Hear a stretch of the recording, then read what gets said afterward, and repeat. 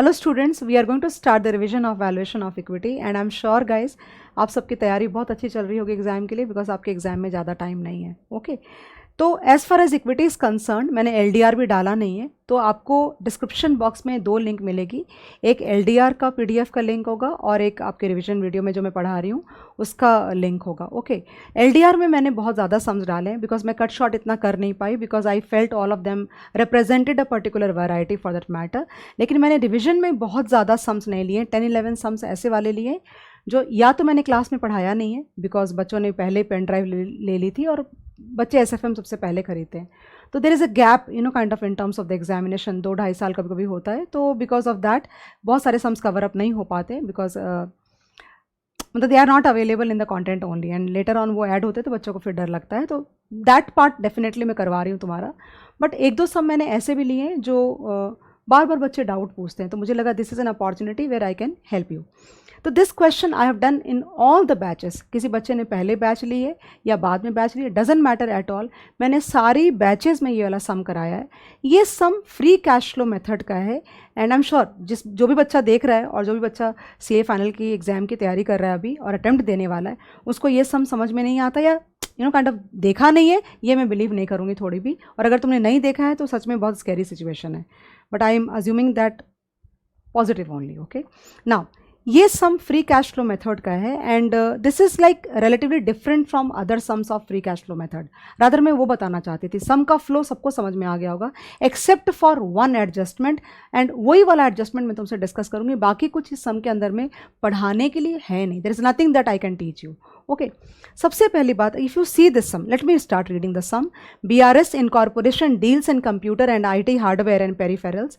The expected revenue for the next 8 years is as follows. Revenue दिया हुआ है 8 years का, that means we will have to prepare a schedule of 8 years. Then they have given a balance sheet. Guys, we have not seen any sum in the free cash flow category wherein they have given you a balance sheet for that matter. And उससे ज़्यादा यहाँ पे important क्या है, current assets.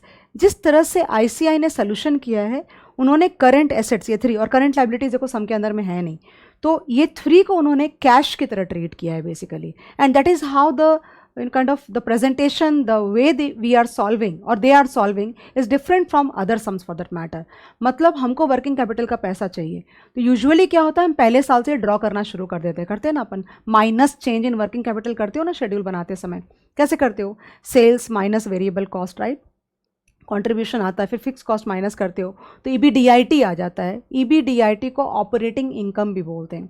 फिर उसमें से depreciation you deduct, you get what, EBIT which is called net operating income, and then you deduct the tax. Okay you get EBIT 1 - T और net operating profit after taxes और NOPAT भी बोलते हैं.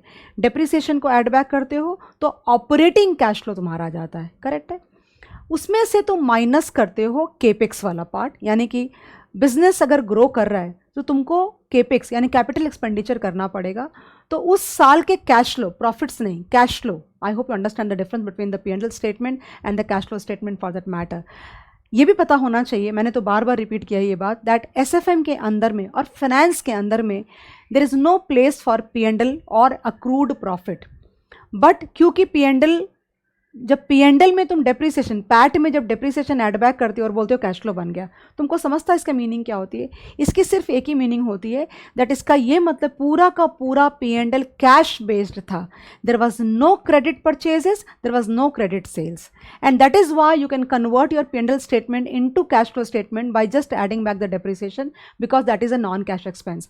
Reality में, real life में P&L can never be a cash flow statement, because real life में तुम्हारी बहुत सारी सेल्स जो होती है वो कैश में तो होती है लेकिन बहुत सारी क्रेडिट में होती है. तो जो सेल्स क्रेडिट में होती है वो कैश फ्लो स्टेटमेंट में नहीं आती. बहुत सारी purchases you have in cash and बहुत सारा you have credit. Many payments you pay this year, many payments you do next year. So in that scenario cash flow statement is made from the perspective of immediate, पैसा जो आया और पैसा जो अब भी आज गया वही उसके अंदर एंटर होगा. और फिनेंस में हम कैश फ्लो स्टेटमेंट यूज़ करते हैं, हम P&L स्टेटमेंट यूज़ नहीं करते। बट जब तुम P&L में डेप्रिसिएशन ऐड बैक करके बोलते हो कैश फ्लो स्टेटमेंट बन गया, इसका मतलब है पूरा P&L कैश बेस था, क्रेडिट कुछ भी नहीं था उसके अंदर में। आई होप तुमको मेरा मैसेज मिल गया। Okay, now current assets is given that they are treating as cash. So usually what happens कि तुम माइनस केपेक्स करते हो बिकॉज तुमको if your company is growing, if your business is growing, you need to do some capital expenditure in order to support those that growth particular part. मतलब basically अगर मेरी class है suppose करो और 100 बच्चे बैठते हैं, तो 100 में से 3-4 बच्चे अगर आते रहेंगे ना, हर साल ऐड होते हैं सपोज, तो मैं मैनेज कर पाऊंगी, कहीं ना कहीं फ्लोट में प्ले कर जाऊंगी या कुछ something, I will put some extra chairs और समथिंग लाइक दैट।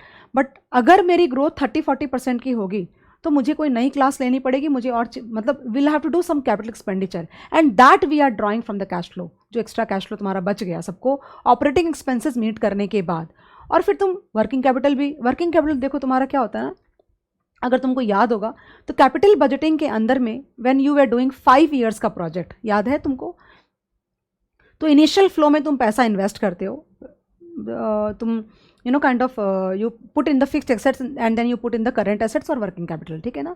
फिर देन उसको you know when you invest that, तुम्हारा बिजनेस चलना चालू होता है, तुम्हारी रेवेन्यू आती है एंड देन P&L बनता है, कैश फ्लो स्टेटमेंट बनता है तुम्हारा, एंड लास्ट में टर्मिनल फ्लो बनता है।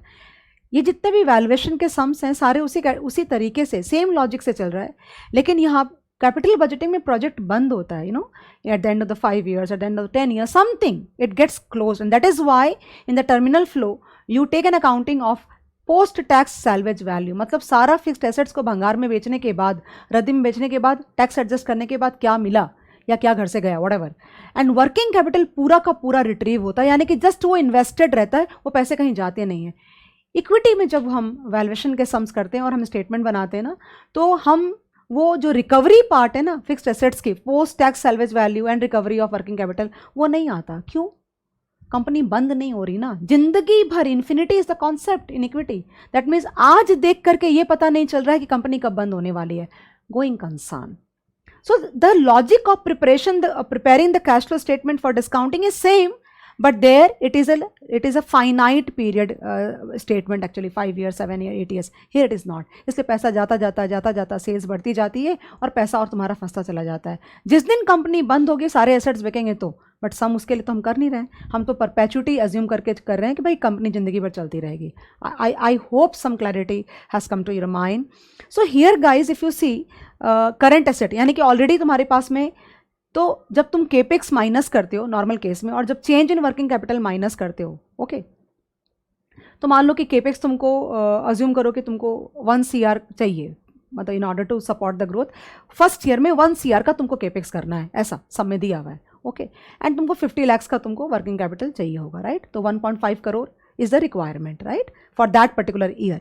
नाउ कभी भी हमने बैलेंस शीट नहीं देखा या हमारे पास ये समय नहीं बोला कि हमारे पास तो पहले से ही 2 करोड़ या 3 करोड़ रुपए रखे हुए, तो हम और ड्रॉ करेंगे क्या? पैसा तो ऑलरेडी कैश है हमारे पास में, हम और क्यों ड्रॉ करेंगे?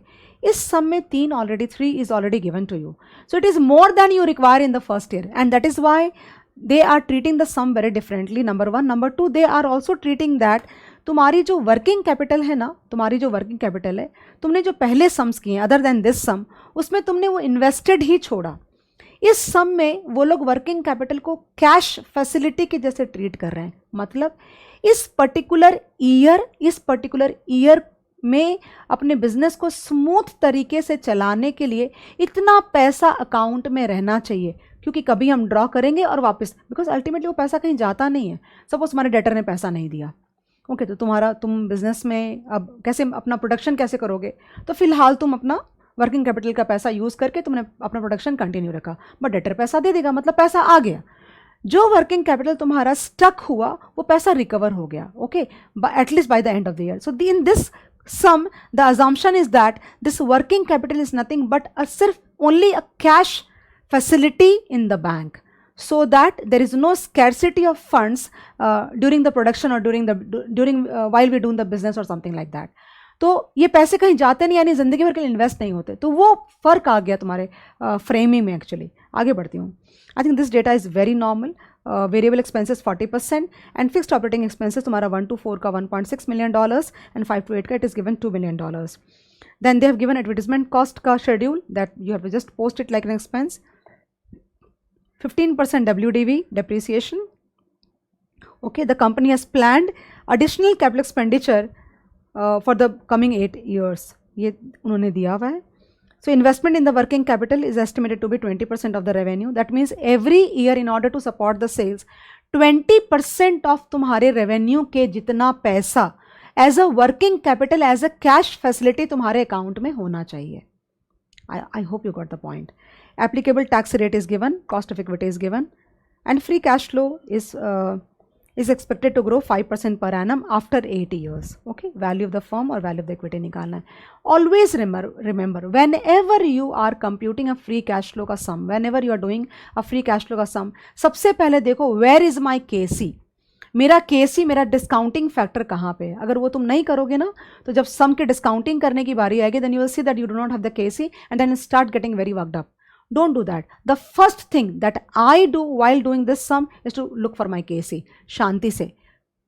Maybe many a times they give a computed KC, but maximum times we have to compute. So KC compute करने के लिए क्या क्या चाहिए? WD, KD, 1 minus T plus WE, KE. यानी weight of debt, weight of equity, cost of debt, cost of equity and tax rate. देखो सबसे पहले मैंने सम करने के लिए यही किया है, उन्होंने भी यही किया है. 12.96%. I hope this 20 तो वो समझा, बैलेंस शीट में दिया हुआ है ना डेट इक्विटी का तुमको, और टैक्स रेट दे रखी है, और 12-16 उन्होंने रेट्स दे रखी है.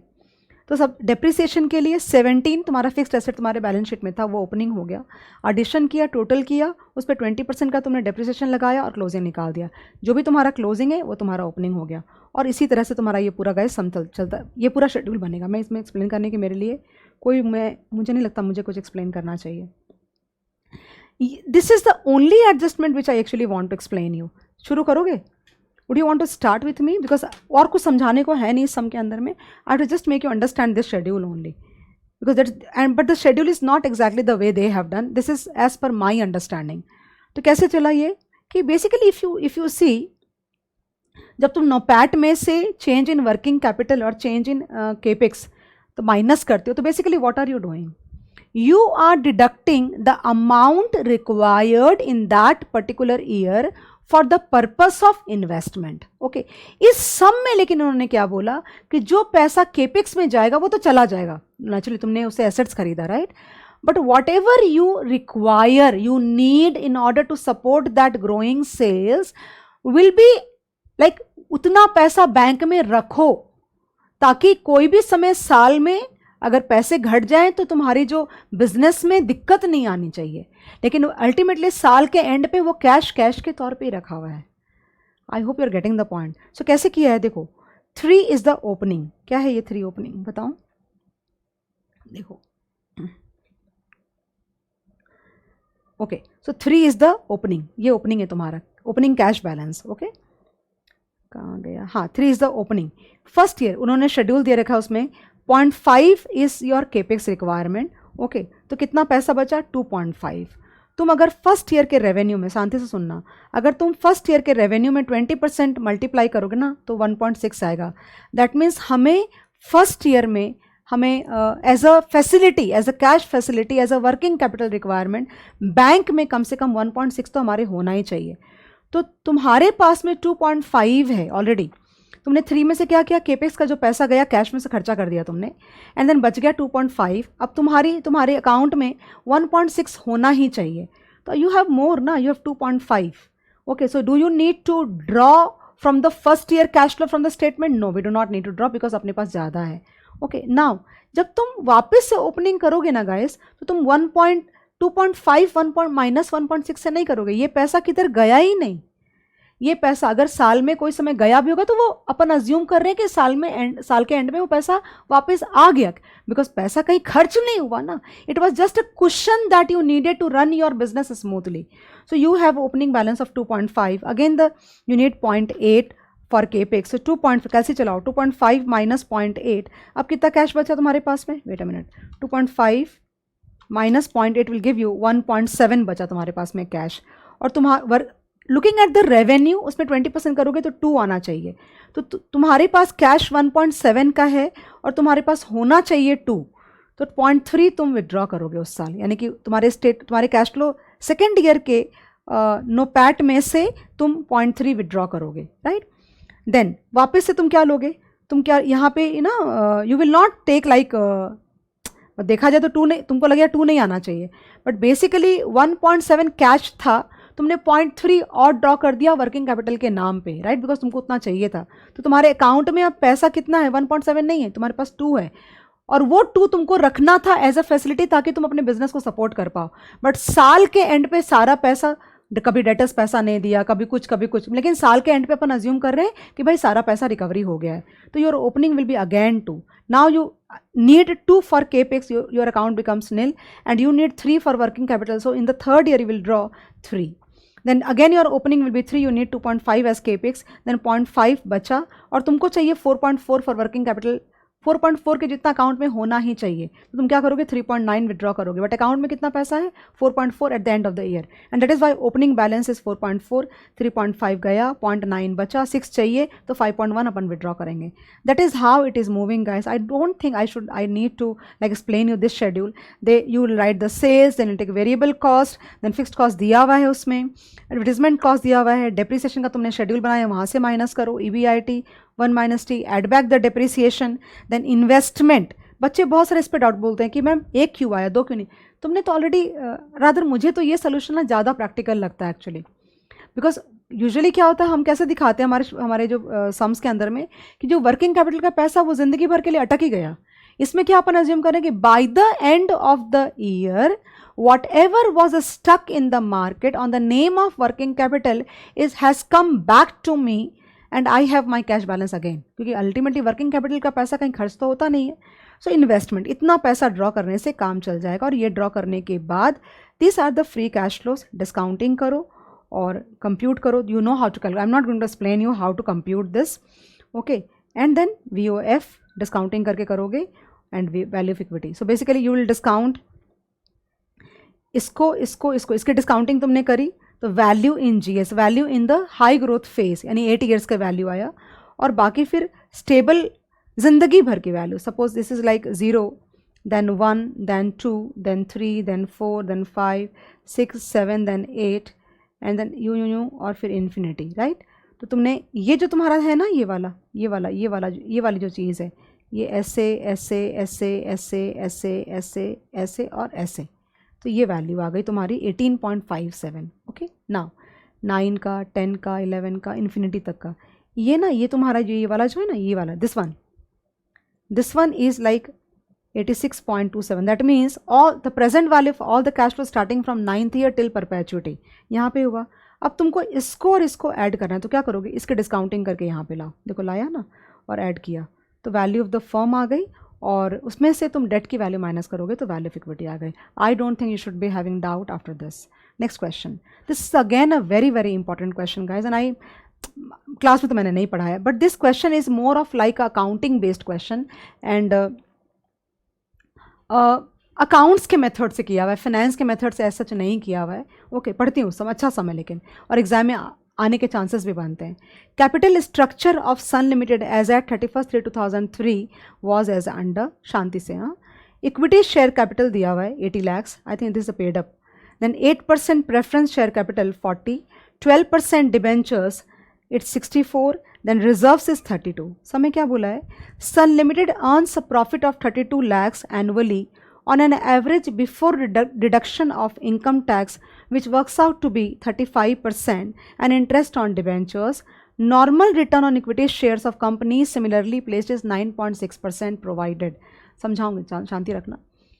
तो बेसिकली ये क्या दिया हुआ है, ये बोल रहे हैं कि भाई जो सिमिलर रिस्क क्लास वाली कंपनीज या सिमिलर बिजनेस करती हैं, वो लोगों से इन्वेस्टर्स 9.6% का रेट एक्सपेक्ट करते हैं या यील्ड एक्सपेक्ट करते हैं, ये लिखा हुआ है। Profit after tax covers, given the fact that profit after tax covers fixed interest and fixed dividends, मतलब fixed coverage ratio basically is at least 3 times। 9.6 कब, जब 3 times फिक्स्ड कवरेज रेशियो होना चाहिए, ओके। अगर 3 नहीं हुआ तो मतलब हमारी कंपनी इंडस्ट्री एवरेज से ज़्यादा रिस्की है, तो ये 9.6 को हमको बढ़ाना पड़ेगा रिस्क प्रीमियम के तौर पे। Capital gearing ratio should be 0.75। What is capital gearing ratio, fixed funds divided by equity funds, यानी debt equity ratio basically. Yield on share is calculated at 50% of the profits distributed and at 5% on the undistributed profits. Guys ये हर सम में अलग अलग दिया हुआ रहेगा, कुछ एक नहीं रहेगा, बताऊंगी, 2 मिनट दो मुझे, सम पढ़ने दो। Sun Limited has been regularly paying equity dividend of 8%, ये डिविडेंड का रेट है, तो ये तुम फेस वैल्यू पे लगाओगे। कंप्यूट द वैल्यू पर equity share of the company assuming 1% for every 1 time difference of interest and fix dividend coverage. इसका क्या मतलब हुआ कि ये 3 टाइम्स बोला है, राइट। अगर मान लो कि हमारी कंपनी का हमें इवेलुएट करना पड़ेगा, अगर 2 टाइम्स आता है तो कितना डिफरेंस हो गया, इंडस्ट्री एवरेज से हमारा 1% का डिफरेंस है, तो अगर 1% for every 1 time difference basically, that means हमारी जो रेट है फिर 9.6 नहीं होगी, 10.6 हो जाएगी, ऐसे कहने का मतलब है। Then 2% for every 1 time difference of capital gearing ratio, समझ में आ रही है बात, 0.75 है ना, तो जितना गैप होगा, अगर हमारा कैपिटल गेयरिंग रेशियो सपोज ज़्यादा है तो हम खराब है ना, रिस्क ज़्यादा है, फाइनेंशियल रिस्क ज़्यादा है, तो वो गैप निकाल के 2 से मल्टीप्लाई करके फिर वो तुम इसमें 9.6 में ऐड करोगे। दैट मीन्स इंडस्ट्री में इतना इतना इतना होना चाहिए, that means capital gearing ratio इतना होना चाहिए, देन तुम्हारा kind of fixed coverage ratio इतना होना चाहिए। If our fixed coverage ratio is not good in comparison to the industry average, if our like debt equity ratio is higher, that means we are in a higher risk zone and hence 9.6 is not the appropriate rate to discount our cash flows. So what should we do, we should add the rate, और उसके लिए इन्होंने ये data तुमको दे रखा है। तो सबसे पहले क्या करना पड़ेगा सम के अंदर में, सबसे पहले हमें ये वाली चीज़ चेक करना पड़ेगा कि भाई हम इंडस्ट्री एवरेज के साथ हम मैच भी कर रहे हैं कि नहीं कर रहे हैं। तो अब सुनना ध्यान से, ये मेथड तुमने पहले नहीं देखा होगा, अकाउंट्स में देखा होगा तो मैं नहीं कह सकती, बट हमने क्लास में इस तरह का मेथड यूज़ नहीं किया, ये अकाउंट्स में यूज़ होता है, यील्ड मेथड बोलते हैं। यील्ड मेथड का मतलब क्या होता है पता है, यू कैन से return on capital employed. Like तुमने अगर 10 लाख रुपए लगाया और तुमने अगर 1 लाख कमाया, तो your return, your yield is 10%। Okay, so there are 2 ways in the yield method, जो मैंने ओवरऑल मुझे अभी याद आ रहा है बोलने को। Number 1, if you are like a stake owner or something, you are owner of a company or you have a very high stake in the company, then you will not consider about the fact that you will not compute your return on the basis of what is distributed in the form of dividend. ये बात तो class में हुई थी अपनी, because ultimately you would be more interested in the earnings of the company, and that is why you would be like trying to see कि company का net profit कितना है और हमने कितना लगाया है, return on capital employed, the PAT by networth for example like that. But if you are a small stakeholder, तुम थोड़े बहुत शेयर्स ओन करते हो, then you would be computing your yield on the basis of what is distributed in the form of dividend और otherwise. I hope you are getting the point. So जब ये लिखते हैं ना ये लोग यहाँ पे, देखो यहाँ पे yield on share is calculated at 50% of the profits distributed and 5% on undistributed profits. इसका मतलब है कि इतना डिटेल बताने की मुझे ज़रूरत नहीं है अगर देखा जाए तो, बट अगर सुन लोगे तो it will be become easy for you. तो बेसिकली हमें ये तो बाद में काम आएगा। पहले हम चेक करते हैं कि भाई हमारा कवरेज रेशियो 3 टाइम्स है कि नहीं, और हमारा कैपिटल गेयरिंग रेशियो 0.75 है कि नहीं। क्या लिखा है, profit after tax covers fixed interest and fixed dividend at least 3 times. तुमको इंटरेस्ट कवरेज रेशियो याद है कैसे करते थे, EBIT, ये बताऊंगी तो ईजी हो जाएगा तुम्हारे लिए, बाय इंटरेस्ट। इसका क्या मतलब हुआ कि EBIT में से what will you take out on an immediate basis, interest, EBIT minus interest will give you PBT। Okay, so I want to see how many times my EBIT covers my interest. 1 तो होना ही चाहिए, minimum 1 तो होना ही चाहिए। 1 से कम होगा मतलब the company is at a very high risk zone and it will not be able to meet its debt obligations also, and it is a very risky situation, and debt वाले बहुत खतरनाक स्टेप्स उठा सकते हैं। तो 1 तो होना ही चाहिए। That is what they are wanting you to check out actually. तो वो क्या बोल रहे हैं, profit after tax covers fixed interest and fixed dividends at least 3 times. अब क्या करना होगा पता है क्या, पैट में तो इंटरेस्ट है नहीं ना, पैट में तो इंटरेस्ट नहीं है, पैट में कहाँ है इंटरेस्ट, पैट में से थोड़ी इंटरेस्ट माइनस करते हो, तो हो चुका। तो अपन क्या करेंगे, पैट में ना इंटरेस्ट ऐड कर देंगे। ओके, आइडियली देखा जाए ना तो दोनों सिंक में नहीं है, बिकॉज पैट पोस्ट टैक्स है और आई प्री टैक्स है, बट शायद अकाउंटिंग में इतना दिमाग नहीं चलाते ये लोग। तो यहाँ पे नीचे इंटरेस्ट आएगा और नीचे प्रेफरेंस डिविडेंड आएगा। ओके, तो बेसिकली बिल्कुल सेम चीज़ हो गई ना, EBIT बाई आई के जैसी ही सेम चीज़ हो गई। यानी पैट प्लस इंटरेस्ट मतलब क्या हुआ, वो वाला पैसा जिसमें से इंटरेस्ट और प्रेफरेंस डिविडेंड निकलेगा। तो वी वांट टू सी कि हाउ मेनी टाइम्स इन लोग, इंडस्ट्री एवरेज में 3 टाइम्स कवरेज होती है, फिक्स्ड कवरेज रेशियो भी बोलते हैं इसको। तो चेक करना पड़ेगा, उसके लिए क्या क्या लगेगा तुमको, पैट लगेगा, उसके लिए तुमको इंटरेस्ट लगेगा और उसके तुमको प्रेफरेंस डिविडेंड लगेगा. Then they are saying capital gearing ratio is 0.75. तो कैपिटल गेयरिंग रेशियो में क्या लोगे? कैपिटल गेयरिंग रेशियो में लेंगे हम डेट डिबेंचर है क्या? हाँ, डिबेंचर्स लेंगे और हम प्रेफरेंस शेयर कैपिटल लेंगे बिकॉज ये fixed basically this is also like फिर वो डेट इक्विटी रेशियो बोलते हैं ना, तो हम ऊपर डेट लेते और नीचे इक्विटी ले लेते, नेटवर्थ ले लेते, बट उन्होंने कैपिटल गेयरिंग रेशियो बोला है. तो fixed rate funds divide by net worth होता है. फिक्स्ड रेट फंड्स में क्या क्या आएगा? डिबेंचर्स भी आएगा और प्रेफरेंस कैपिटल आएगा. दैट मीन्स 40 + 64 डिवाइड बाय 80 + 32, तो वो 0.75 होना चाहिए. तो पहले वो चेक करना पड़ेगा ना हमें, बाकी सब बाद में बात करती हूँ मैं. Now look at that. They have given 32 lakhs. They have given ना 32 lakhs. अब 32 lakhs before deduction of income tax and interest on debentures, तो माइनस करो इंटू 12% ऑन 64. देखो किया है ना, 12% ऑन 64 ये किया तो पीबीटी आ गया. टैक्स माइनस किया तो पैट आ गया. Okay, now less preference dividend करो तो ये इक्विटी डिविडेंड उन्होंने बोला ना 8%. लुक एट दिस, मैंने पढ़ा नहीं वो data. Sun Limited has been regularly paying equity dividend of 8%. ये किस पे लगाओगे? ये किस पे लगाओगे? ये 80 पे लगाओगे तुम 8%. देखो यहाँ पे 80 पे 8% बिकॉज डिविडेंड रेट है, वो डिविडेंड रेट है. तुम पे basically I want to say that, are you getting the point guys? 2432,000 minus 851,200 gives you 158800. what is this 158800? this is profits available to equity. PAT ही है बट प्रेफरेंस डिविडेंड माइनस करने के बाद है. Okay, तो पे आउट रेशियो अगर बोला होता तो क्या करते हैं हम? तो हमको प्रॉफिट्स में से निकालना होता, बट उन्होंने पे आउट रेशियो इक्विटी का नहीं बोला, उन्होंने डिविडेंड रेट 8% का दिया है. तो वो तुम पेड अप पे लगाओगे तो 6,40,000 आएगा और वो माइनस करोगे तो आएगा तुम्हारा ये डिस्ट्रीब्यूटेड प्रॉफिट हुआ तुम्हारा. ये डिस्ट्रीब्यूटेड प्रॉफिट हुआ और ये माइनस करने के बाद जो बचा वो अनडिस्ट्रीब्यूटेड प्रॉफिट हुआ. ये काम आएगा जो बोला ना 50% डिस्ट्रीब्यूटेड एंड 5% नॉन डिस्ट्रीब्यूटेड, उसके बारे में कोई बात नहीं कर रही फिलहाल में. Now calculation of interest and see they have done ना 1580. Look at that PAT 1580. आ रही बात समझ में? ये वाला पैट लोगे तुम, ये वाला 1580, ऊपर वाला मत ले लेना. 1580 देन प्लस 768. कहाँ गया 768? देखो ये वाला. Okay, and divide by 768 plus 3,20,000. मैं तुमको 2 मिनट पहले कुछ बोली, तुमको समझ में आई बात मैं क्या बोल रही हूँ? मैं तुमको ये बोल रही हूँ 1580 लेना, 1580 लेना. ओके, तो क्या नहीं लेना? क्या नहीं लेना बताऊँ तुमको? क्या नहीं लेना? 2432,000 ध्यान देना बहुत ज़्यादा, माइनस 35%. ओके, तो 15,8800 आया. तुमको समझ रहा मैं क्या बोलना चाह रही हूँ? मैं ये बोलना चाह रही हूँ कि अगर तुम EBIT बाई आई करते हो तो ये रेशियो यूज़ करने के लिए न्यूमरेटर में ये आई होना चाहिए ना.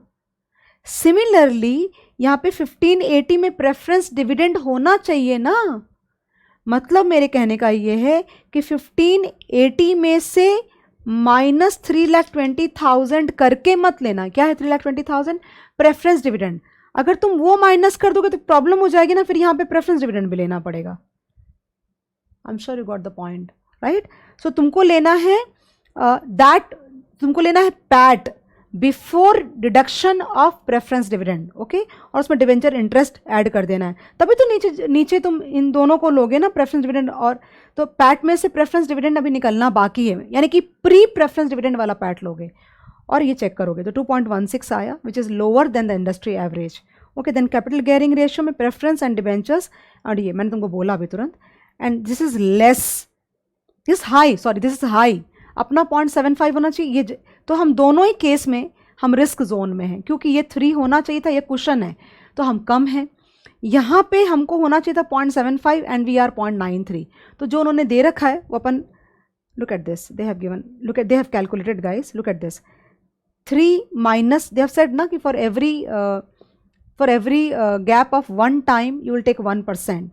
सो देयर इज गैप 1% का नहीं है ना. 3 माइनस 2.16 1, तो 0.84 इंटू 1% करोगे तो 0.84. तुम्हारा जो रेट दे रखा है ना इंडस्ट्री एवरेज का, उसमें ये ऐड हो जाएगा as an additional risk premium because your company has got a lower fixed charges ratio in comparison to the industry average.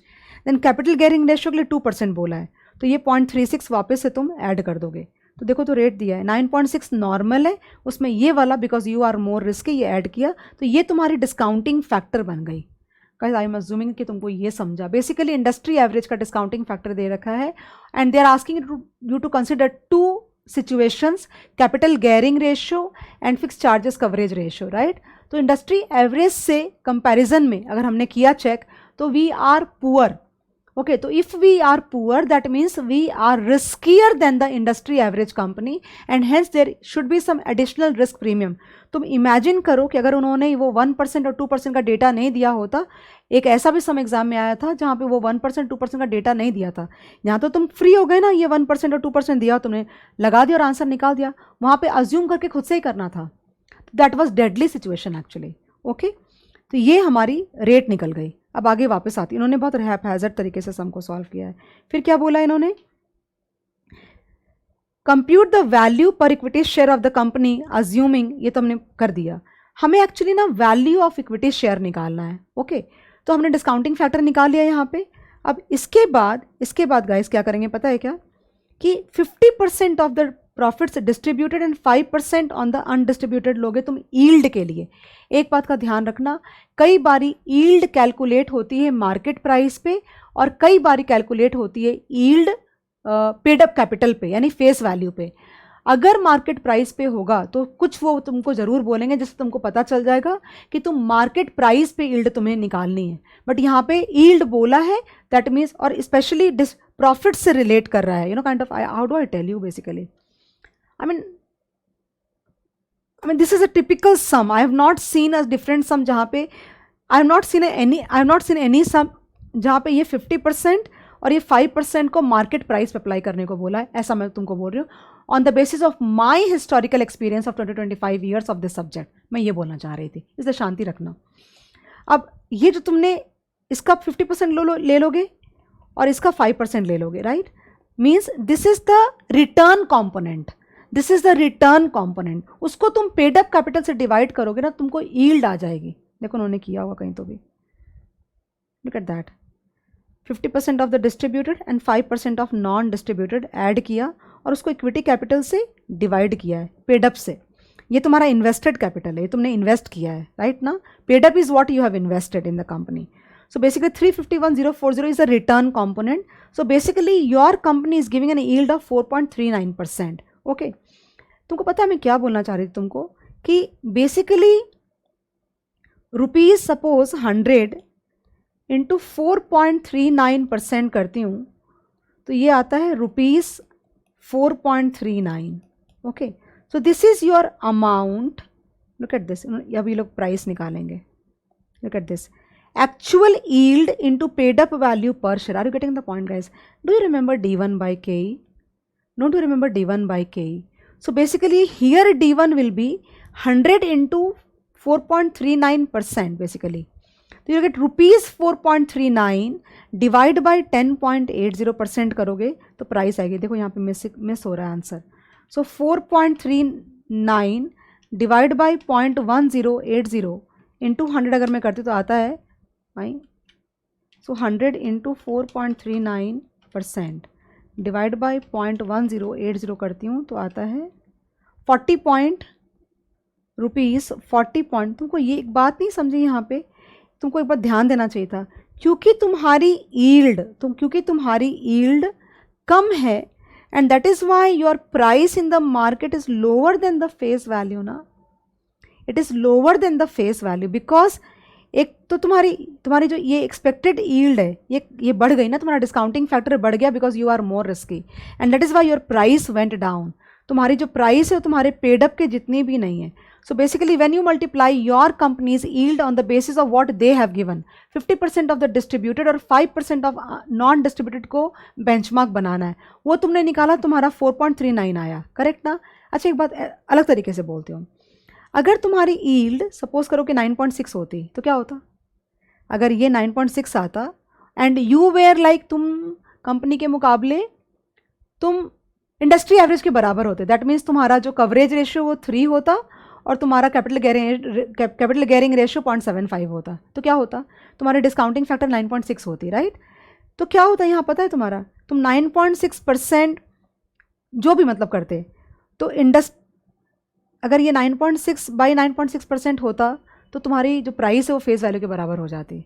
I hope guys you are getting the. और अगर तुम्हारी yield 9.6 से ज़्यादा होती और डिस्काउंटिंग फैक्टर 9.6 होता तो तुम्हारी प्राइस 100 से ज़्यादा हो जाती। पता नहीं मेरी बात तुमको समझ में आ रही कि नहीं आ रही, but you are like neither your actual yield is good nor your discounting factor is good, and that is why your price is much below the face value. This is completely accounting based method. In finance we do not use this method at all. In theory also we do not use, in practical life also we do not use this method, not at all. हमारे यहाँ क्या चलता है, discount dividend discount model चलता है, relative valuation model चलता है, free cash flow चलता है, फ्री कैश फ्लो इक्विटी चलता है, देन रेसिडुअल वैल्यूएशन चलता है, नेट एसेट मेथड भी चलता है, but this is completely accounting based method और yield method in accounts basically. In finance we do not get to see such kind of methods at all. But या you need to understand, कोई गलत नहीं है ये कोई गलत नहीं है, but in finance we do not use it majorly. Accounts में बहुत ज़्यादा यूज़ होता है ये मेथड. आई होप समझ में आया. तो बेसिकली तुमने क्या निकाला, तुमने अपनी एक्चुअल यील्ड निकाली on the basis of given data, और तुमने डिस्काउंटिंग फैक्टर अपना निकाला on the basis of discounting factor. Revise करा रही हूँ तुमको. तो एक्चुअल यील्ड के लिए क्या बोला, 50% of the distributed and 5% of the non distributed. उसको तुमने फेस वैल्यू से डिवाइड किया. मैंने तुमको बोला तुम उसको कई लोग यील्ड मार्केट प्राइस से भी डिवाइड करके निकालते हैं. दैट इज कॉल्ड, क्या बोलते पता है, डिविडेंड यील्ड बोलते हैं ऐसे तो, but it is all very like subjective guys, it is very subjective. यहाँ पे फेस वैल्यू पे निकलवाएंगे वो लोग. ओके तो तुमने निकाल दिया, वो आया 4.39 जो कि बहुत कम है. ओके मैं तुमको रादर ये बोलना चाह रही थी, अगर कि सोचो थोड़ा सा एक्स्ट्रा तो तुमको ये कैलकुलेट, मैं चाहती हूँ ये वाली कैलकुलेशन पूरी समझनी चाहिए तुमको. So basically if your yield was at par with the market average, that means if your actual yield and if your expected yield was 9.6% only, then your price would have been equal to face value. If the actual yield was more than the normal yield, then your price would have gone more in comparison to the industry average, but your actual yield is since less than the industry average or your discounting factor is more than the industry average. दोनों ही जगह झटका लग रहा है ना. I don't know why this people keep on asking doubts on this. Is a very simple sum. Mr. A is contemplating a purchase of 1000 equity shares of a company. एक बात का हमेशा ध्यान रखना, हर चीज़ ना लीनियर नहीं होती है. कि जिनको समझ में आ गया उनको मेरी बात समझ में आ गई होगी. His expectation of return is 10% before tax by way of dividend with an annual growth of 5%. Okay. ये के ही दिया हुआ है बिफोर टैक्स. ये समझता है तुमको कि बिफोर टैक्स एक्सपेक्टेशन हमेशा थोड़ा ज़्यादा रहेगा. अगर अपने इनकम में से, अपने कैश फ्लोज में से, अपने रिटर्न में से टैक्स हटाओगे तो अपनी एक्सपेक्टेशन भी कम करनी पड़ेगी ना. Are you getting the point. Obvious सी बात है, बहुत नेचुरल सी बात है. तुम सेम कैसे एक्सपेक्ट कर सकते हो, अगर तुम 30% का 30% का अपने रिटर्न का अगर तुम प्रॉफिट कमाते हो और उसमें से if you are paying 30% as tax, don't you think you'll have to reduce your expectations also by 30% at least? Obviously, then only it will match, no? The company's last dividend was rupees 2 per share D0. Even as he is contemplating, Mr. A suddenly finds due to budget announcement, dividend have been exempted from tax in the hands of the recipients, but the imposition of dividend distribution tax on the company is likely to lead to a fall in dividend of 20 paise per share. A's marginal tax rate is 30%. Okay. तुमको क्या करना पता है, pre और post तुमको share की value निकालनी है. तो प्री तो बहुत नॉर्मल है, दे रखा है ना इसमें 2 रुपया, और तुम 5% ग्रोथ के साथ में के ई लगा के D1 बाई के ई माइनस जीसी करोगे तो तुम्हारी प्राइस आ गई. बाद में क्या लिखा है, 20 पैसा से लिखा है डिविडेंड विल फॉल बाय 20 पैसा, और कुछ दिया हुआ नहीं है ना, तो वही यूज़ करना पड़ेगा. तो 1.8 हो गया, ग्रोथ रेट सेम है. ऑब्वियसली जब तुम्हारा डिविडेंड पोस्ट टैक्स हो गया तो तुम अपनी एक्सपेक्टेशन को भी पोस्ट टैक्स करोगे ना. I hope you are getting the point. अब बच्चे बोलते 20 पैसा 30%, बेसिकली वो दिमाग नहीं चलाओ. फाइनेंस में एक चीज़ हमेशा ध्यान रखना, pre tax cash flows would be discounted by a pre tax rate and post tax cash flows would be always discounted by a post tax rate. So here we are doing the same without putting the fact that whether that 30% tax represents that 20 पैसा or not. No. कोई और data available नहीं है, कुछ कर नहीं सकते तुम उसके लिए. Okay and the price naturally is 94.50. इससे ज़्यादा सम में कुछ है नहीं. Don't put extra head, not required at all. एक ये सम है, सब कंट्रोवर्सी वाले सम्स लिए हैं मैंने. Shares of Voyage Limited are being quoted at P ratio of 8 times. The company retains 45% of its earnings which is which are 5 per share. इस question में ना बहुत कन्फ्यूजन आया था। कन्फ्यूजन ये आया था कि whether this 5 rupees is 45%, that means retains 45 ना, तो 5 डिवाइड बाई 0.45 करूँगी तो EPS आता है 11.11। कन्फ्यूजन ये हुई थी बच्चों को एग्जाम के अंदर में दैट वेदर दिस 5 रिप्रेजेंट्स 45% और 5 इज EPS। तो later on ICI gave 2 alternative solutions wherein one, if you assume 5 as 45%, then your EPS would be 11.11, and if you assume 5 to be EPS, तो accordingly sum को तुम्हें करना पड़ेगा। You are required to compute the cost of equity to the company if the market expects a growth rate of 15% per annum। कैसे निकालोगे, कैसे निकालोगे बताओ। देखो यहाँ पे तो सबसे पहले EPS निकाल सकते हैं first, where in I assume that this 5 is 45%, तो 5 डिवाइड बाई 0.45 अगर मैं करती हूँ तो ये आ जाता है तुम्हारा 11.11 EPS आ गया। और P रेशो कहीं तो दिया हुआ है ना 8, तो बेसिकली 11.11 से 8 करोगे तो तुम्हारी प्राइस आ जाएगी। Guys getting the point, okay. तो तुम्हारे पास में प्राइस और फॉर्मूला क्या होता है इसका, रुक जाओ, P0 is D1 by KE minus GC, correct. निकालना क्या है, अच्छा कॉस्ट KE निकालना है अपने को, not a problem. So when you multiply 11.11 into 8 तो तुम्हारा ये सॉर्ट आउट हो जाएगा, और तुम्हारा जो डिविडेंड दे रखा है उन्होंने वो हो जाएगा 11.11 into 55%, I hope it's correct, right, वो हो जाएगा 6.11, ओके। एक चीज़ ना गड़बड़ क्या करी, आई होप उन्होंने इस सम में गड़बड़ ना करी हो। देखो नहीं लिया ना इन्होंने, ग्रोथ नहीं लिया guys, it is D1 rather KE is D1 by P0 plus GC, right, यानी कि तुम्हारा 6 पॉइंट क्या था, ये 6 point, the company retains 45% of earnings which are ₹5 per share. That means ये जो ₹5 पर शेयर, ओके, या फिर 11.11 जो आया EPS, उसको ये लोग EPS 1 अज्यूम कर रहे हैं, and that is why they have not adjusted growth there. Guys ये ICI के बहुत सारे क्वेश्चंस में बहुत ज़्यादा प्रॉब्लम है, हम कुछ भी नहीं कर सकते, मैं भी क्या करूँ मुझे भी नहीं पता, बट गॉर्डन, ये गॉर्डन मॉडल है, गॉर्डन ने ये बोला है the price of a stock is the present value of expected future cash flows and not present और past cash flows, okay. So here ideally अगर तुम ये अज्यूम करते हो लैंग्वेज द कंपनी रिटेन्स, यानी कंपनी को रिटेन करने की आदत है, I don't know, it doesn't get, मुझे पता नहीं, मेरे गले के नीचे नहीं, I am not able to digest this. For me it should be 6.11 plus 15% divide by KE minus 15% और P0 की जो भी वैल्यू होगी तुम्हारी, but I can't comment anything on this. उन्होंने ग्रोथ यहाँ पे भी ग्रोथ 15% का आना चाहिए था ideally, unless and until you assume that given data 5 is and 45% is like what, it's a future data only. If the anticipated growth rate is 16% per annum, calculate the indicative market price with the same cost of capital, okay, 16% लिया है growth rate, तो 60 हमें growth rate हमें लेना पड़ेगा 6.11, हमारा growth rate होगा 16% और KE जो कैलकुलेट होकर के आया ना 21.87, देखो यहाँ भी नहीं लिया इन्होंने, और फिर से उन्होंने क्या बोला है वापस लास्ट में, कॉस्ट ऑफ कैपिटल 20% और growth 19%, because this is a typing error actually, this should be 19% and sum they have not taken, no this is correct, wait a minute,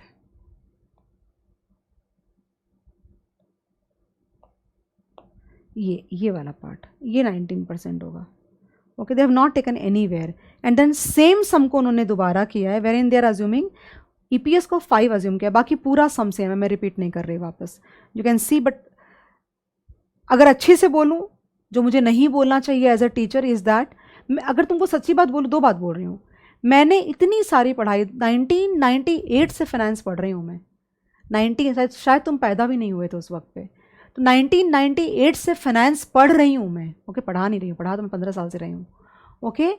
और मैंने इतनी सारी पढ़ाई करी, मैंने MBA किया फाइनेंस एंड मार्केटिंग में, फिर उसके बाद मैंने CFA किया इंडिया वाला, फिर उसके बाद मैंने मास्टर्स किया फाइनेंस में, फिर US CFA का भी लेवल 1 क्लियर किया, ये प्रॉब्लम हमें कहीं भी नहीं आई, कहीं भी नहीं, कहीं भी नहीं। कितने साल हो गए उस बात को तुम खुद जोड़ लो, it is like 22-24 years we have not come across this kind of problems in any of the curriculum for that matter. But here I don't have any words to speak. Same तरीके से किया है, please check it out. If you get the same sum, repeat the solution, what else I can say. देन a company has an EPS of 2.5 for the last year and the DPS of 1. The earnings is expected to grow at 2% a year in the long term run. Currently it is trading at 7 times its earnings. Okay. An estimate of PE ratio using Gordon growth model. तुमको याद है मैंने एक topic कराया था derivation, ये बोलने के लिए, ये एसोसिएट कराने के लिए मैंने ये सम लिया है कि देखो हम ये टॉपिक 10 साल से हम पढ़ रहे हैं। Many a times students are not happy assuming the fact that not that they say something, but बच्चों को लगता है मैम क्यों और ज़्यादा पढ़ा रही है, हमारे पास ऑलरेडी पढ़ने को बहुत कुछ है। तो क्या है ना कि मुझे पता नहीं है कौन से पेपर में कौन सा सम आएगा। तो derivation of, if you remember at all, please go and check out on your notes of equity. Derivation of DDM on the basis of derivation of PE on the basis of DDM, that was a topic. ये sum उसी पे based है। लिखा है an estimate of PE ratio using Gordon growth model. Okay, तो तुम क्या करोगे, देखो यहाँ पे पहले प्राइस निकालेंगे, जितना डेटा दिया हुआ है ना उस पहले यूज़ करके प्राइस निकालेंगे, ये निकल जाएगी, और उसके बाद तुम EPS से डिवाइड कर दोगे, तुमको सेम लॉजिक, सेम लॉजिक। फिर लिखा था long term growth rate implied by the current PE ratio. Okay, तो 7 × 2.5 करोगे तो प्राइस आएगी। 7 × 2.5 कितना होता है, 7 × 2.5 करोगे तो आएगा 17.5। लुक एट दिस, ये PE 17.5, तो तुम ये सॉल्व करके ग्रोथ रेट निकालना है तुमको। आई थिंक तुम कंफ्यूज हो गए कहीं ना कहीं। क्या बोला है, an estimate of PE ratio using Gordon growth model. Okay, तो पहले हमको प्राइस निकालनी पड़ेगी on the basis of the given data. Guys, ये जो डेटा तुमको दे रखा on the basis of that, यानी 14% का मैचिंग प्राइस निकालना पड़ेगा और उसको EPS से डिवाइड करके वैल्यू निकालनी पड़ेगी। फिर बोला कि जो अभी प्राइस चल रही है यानी PE रेशियो इंटू EPS करो, उस प्राइस से इम्प्लाइड तुम ग्रोथ रेट निकालो। तो ये निकाला है। ये क्वेश्चंस अगर तुम घर से देख के नहीं जाओगे, दे आर एक्सट्रीमली सिंपल, इससे ज़्यादा ईजी तुम्हारी ज़िंदगी में कुछ नहीं हो सकता। But let me alert you, अगर तुमने ये सम लिख के घर पे प्रैक्टिस नहीं किया है, you are definitely going to goof up in the paper because these sums are like, what to say, apparently they look very easy। देख कैसे लगे, अरे यार इसमें क्या देखूं, मैं तो कुछ भी नहीं है सम के अंदर में। चलो आगे बढ़ाओ। पेपर में तुम एग्जाम में अगर आया तो कोई ना कोई डेटा तुमसे गलत जरूर हो जाएगा, लिखवा के रख लो मुझसे तुम। इसलिए मैंने लिया, इसलिए है, तुम सोच भी रहे हो शायद कि मैम ने इतना सिंपल सम क्यों लिया है। इसलिए लिया है ताकि तुम्हारे दिमाग में एक बात आए कि मैम ने अगर लिया है तो कहीं ना कहीं पे कुछ तो होगा इसमें। तो मैं चाहती हूँ तुम ये लिख के करो ताकि एग्जाम में अगर आए तुम गुफअप ना करें और ऐसे वाले क्वेश्चंस पे मार्क्स नहीं जाने चाहिए। नाउ कंप्यूट EVA, इस क्वेश्चन के अंदर में इन्होंने बहुत ज़्यादा गुफअप किया है। कई सारे कंटेंट आए गए, सब कुछ हुआ, बट बहुत गुफअप किया है। मैंने अभी ये समझो लेटेस्ट तुम्हारे, अभी जो लेटेस्ट तुम्हारा मॉड्यूल है, ओके, उस मॉड्यूल से डेटा मैंने उन्होंने ठीक कर दिया इस बार फाइनली। ओके, तो मैंने वो मॉड्यूल से पूरा डेटा ठीक करके और फिर इस सम को लिया है। सम में क्या है, इसमें इस सम में ये EVA का सम है। मुझे नहीं लगता this sum is very difficult, but then only this data is like a bit new for you and you require some adjustment. Assume bad, क्या लिखा, let's read the whole sum. Compute EVA of A limited with the following information. कैसे निकालते हो EVA? EVA is what, residual valuation method. क्या है logic इस method का, कैसे लिखते हो EVA इज EBIT और NOPAT EBIT 1 - T - KC into capital employed, right. क्या बोलता है ये मॉडल?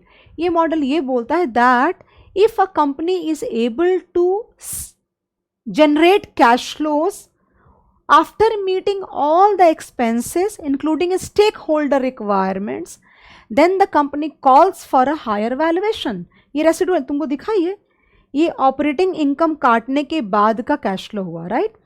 और ये KC इंटू कैपिटल एम्प्लॉयड करने से क्या होगा, स्टेक होल्डर्स की जो एक्सपेक्टेशन है वो भी माइनस करने के बाद जो बचा, रेसिडुअल मतलब बचा हुआ। अगर ये सारी चीज़ें मीट करने के बाद भी अगर कोई कंपनी अपने पास में कैश जनरेट कर पाती है that means the company calls for a higher valuation. और ये model not me, model says that suppose करो रिलायंस के शेयर के का भाव आज मार्केट में 2000 रुपये 2000 रुपीज़ है. And if the book value of Reliance is suppose 1500 rupees per share, that means that 1500 is the book value, but the 500 is the market value added. What is market value added? Market value added is nothing but the present value of economic value added. मतलब book value के ऊपर अगर किसी company की price market में share की price ज़्यादा है तो वो इसलिए है because the company is capable of generating residual cash flows. तो वो रेसिडुअल कैश फ्लोज का जो प्रेजेंट वैल्यू है उसको ही मार्केट वैल्यू एडेड बोलते हैं. ओके अब ये मॉडल ये भी बोलता है कि जो भी नॉन कैश एक्सपेंसेस होते हैं उसकी एडजस्टमेंट होनी चाहिए. तो इन्होंने क्या दिया है, पूरी तुमको P&L स्टेटमेंट दिया है और बैलेंस शीट दिया है, ठीक है ना. समय बोला assume bad debt provision is 20. तुमने एक चीज़ दिमाग लगाया, ये 20 अगर बैड डेट प्रोविजन के हिसाब से बनाया हुआ है तो तुमको नहीं लगता कि ये 20 करंट एसेट्स में से भी 20 माइनस किया गया होगा एंड पॉसिबली SGA में से selling and general administrative expenses में से माइनस किया गया बिकॉज तुमने राइट ऑफ किया उतना बैड डेट, राइट ना. तो वो एडजस्ट करना पड़ेगा. कैसे करोगे एडजस्ट? कुछ नहीं करना, दोनों तरफ बैलेंस शीट में और इधर दोनों तरफ तुमको एड बैक करना होगा जैसे हम डेप्रिसिएशन करते हैं. देखो यहाँ पे अज्यूम बैड डेट्स प्रोविजन दिया and 20 reduce from the trade receivables from the current assets, ये भी लिखा हुआ है. Also assume the cost of debt is 12% and tax rate is 30% cost of equity. That means you have to calculate guys, KC निकालना पड़ेगा सब में. ये सॉल्व करना है तुमको, EBIT निकालना है. कैसे निकालोगे? 1000 माइनस 390 माइनस EBIT आ गया 410 एंड 410 में से तुमको टैक्स रेट कितना दे रखा है, कहाँ है टैक्स रेट? 30%. तो 410 कहाँ गया? 410 माइनस 30% करेंगे तो EBIT 1 माइनस T आएगा. KC कैलकुलेट करना पड़ेगा और कैपिटल एम्प्लॉयड भी कैलकुलेट करना पड़ेगा. बट EBIT तुमने जो ये किया ना इसके अंदर में तुमको जो तुमने 20 का राइट ऑफ करके तुमने राइट ऑफ किया ना तो तुम्हारी EBIT उससे कम हो गई होगी ना, तो वो तुमको एड बैक करके दोनों तरफ एडजस्ट करना पड़ेगा. I hope you are getting the point only. So look at that, EBIT 410 minus 30%. कैसे चलाओ? माइनस 30% करेंगे तो wait a minute 410 minus 30% give me 287 and plus 20 will give me 307. बराबर आया ना? आई थिंक यहाँ पे एक लाइन और होनी चाहिए. Did you get? How did I calculate? 410 minus 30% is what? EBIT 1 minus T and plus 20 guys वो जो नॉन कैश था 307. सिमिलरली टोटल एसेट्स कितना है? 1300 है. देखो टोटल एसेट्स 1300 है, उसमें से तुम माइनस करोगे नॉन करंट लाइबिलिटीज़ बेसिकली, वो माइनस करोगे तो 900 आएगा और उसमें तुम 20 को ऐड बैक कर दोगे नेचुरली. ओके सो नाउ केसी कैसे निकालना ये मैं नहीं बताने वाली हूँ. यानी कि डेट और इक्विटी का तुम ये तुम्हारा इक्विटी का है और ये तुम्हारा KD है 8.44%. So invest capital charge that this is KC into capital employed. So 920 into 8.44% ये तुमने निकाला and EVA will be NOPAT, ये निकाल दिया. I think guys you got the point.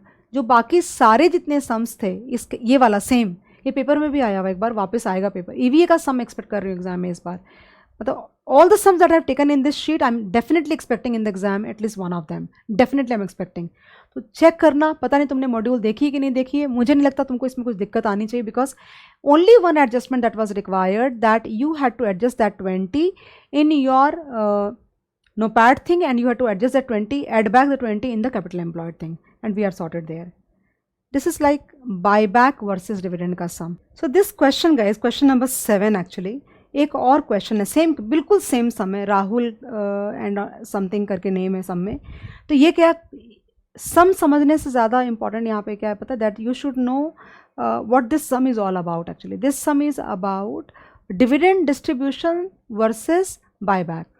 Okay so many times what happens that company के पास में बहुत सारा कैश सरप्लस जमा हो जाता है. ओके तो कंपनी के पास में दो चॉइसेस होते हैं कि कंपनी इधर उस पैसे को can distribute as dividends kind of और use that money to buy back the shares. Okay So eventually the point here to be discussed is that कि on what will be the basis of decision, you know, तो basis ये होगा कि दोनों में से जिसमें शेयर की जो प्राइस है आफ्टर द डिसीजन इंक्रीज होगी, that should be the option or that should be the choice made by the management of the company. Okay.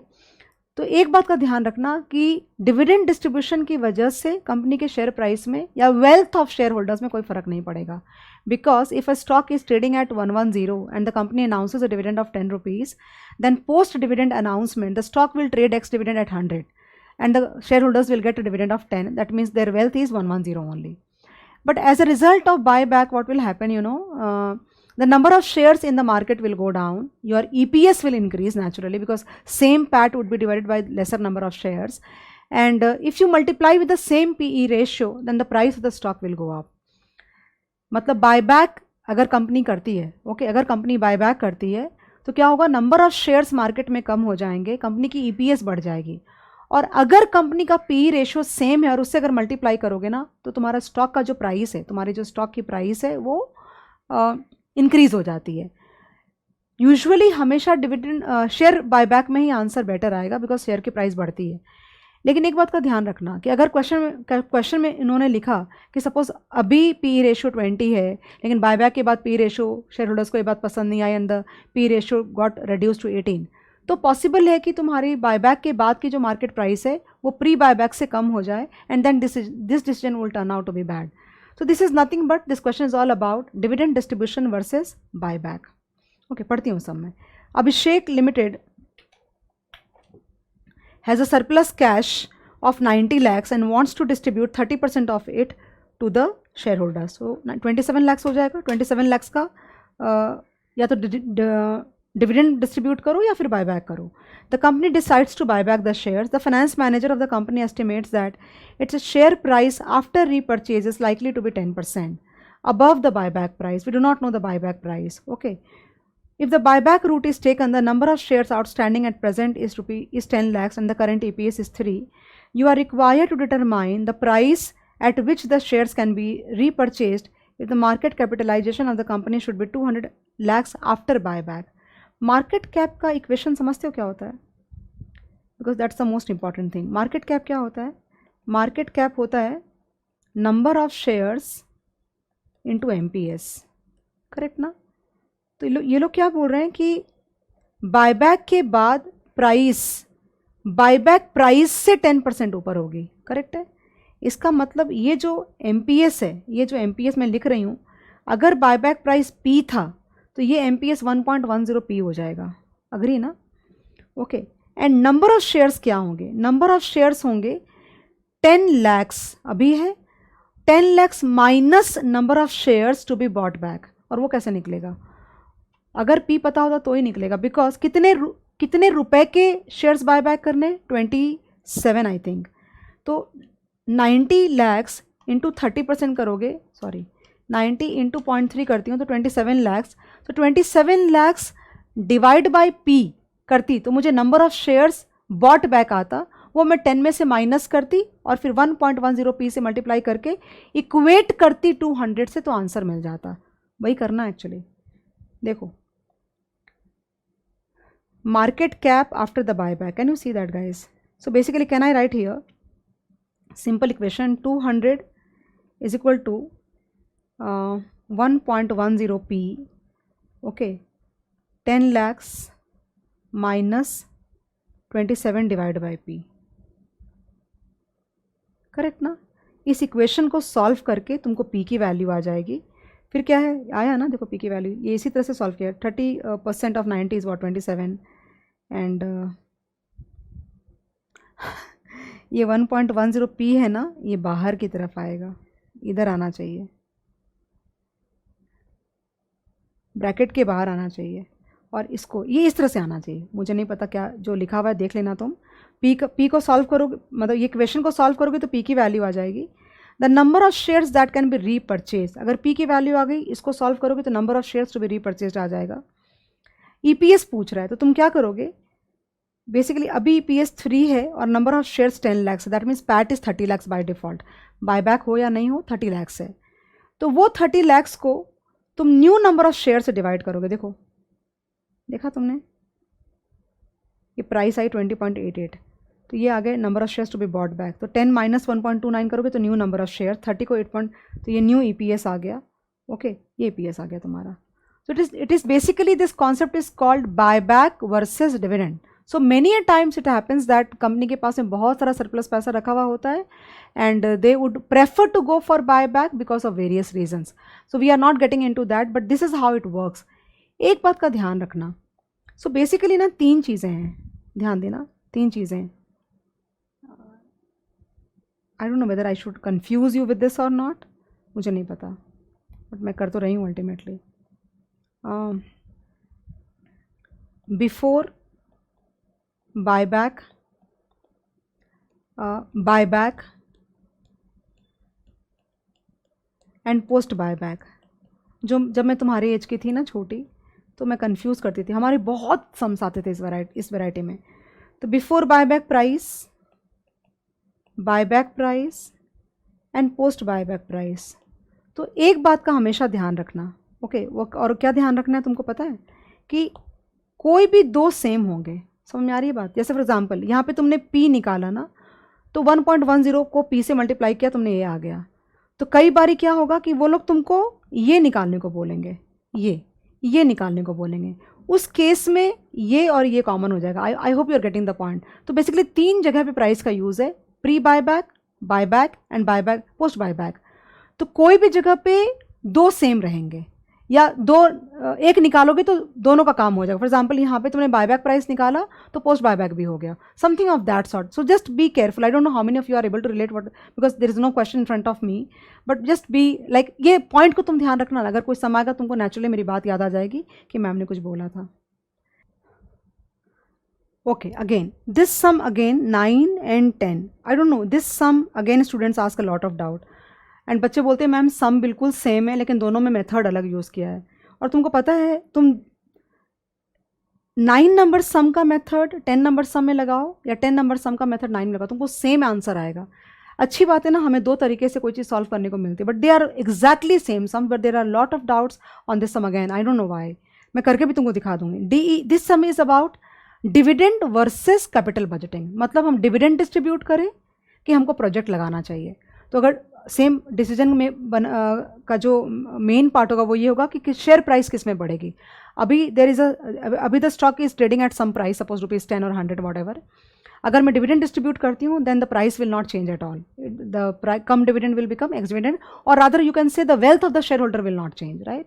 But in case you put up a project and if the project gives you positive NPV, then definitely the wealth of the share holders will increase. So जो पहले वाला किया वो था dividend versus buyback, ये है dividend versus project. तो देखो सम कैसे चेंज होता है।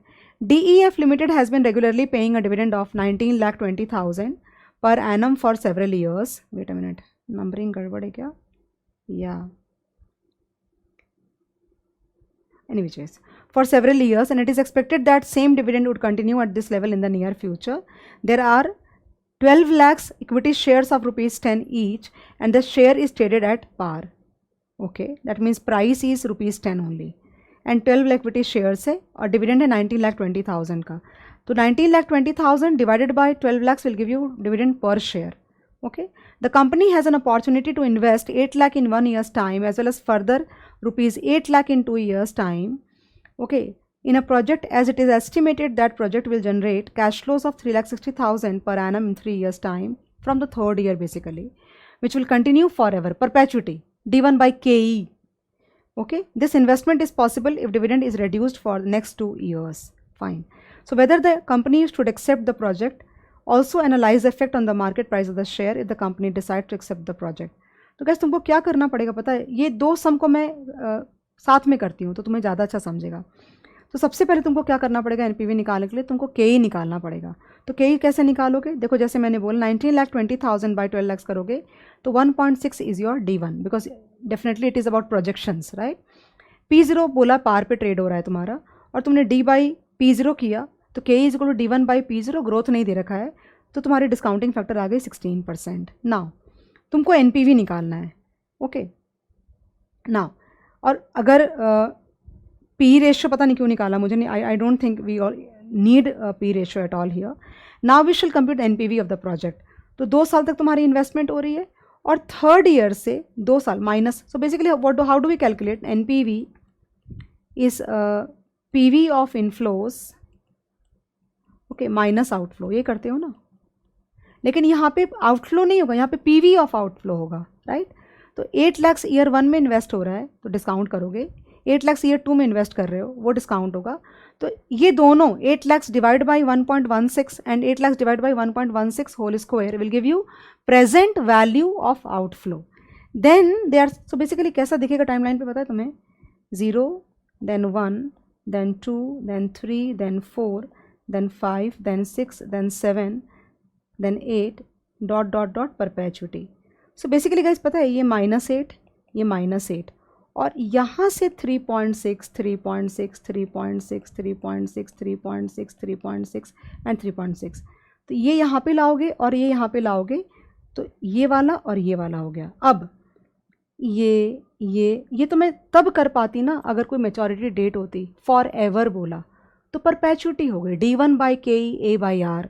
ओके, तो इन सबको n तो पता है, we do not know what is the n. So 3,60,000 when you do 0.16, so what happens कि ये जितने भी 3.6 है ना ये यहाँ पे आके जमा हो जाएगा, यहाँ पे कलेक्ट हो जाएगा. ओके, मतलब बेसिकली 3,60,000 डिवाइड बाई 0.16 जब मैं करती हूँ ना तो थर्ड ईयर से लेके ज़िंदगी भर का 3,60,000 ऐसे करके वो पूरा सेकेंड ईयर में आ करके कलेक्ट हो गया. That is 22,50,000. Now you have outflow here.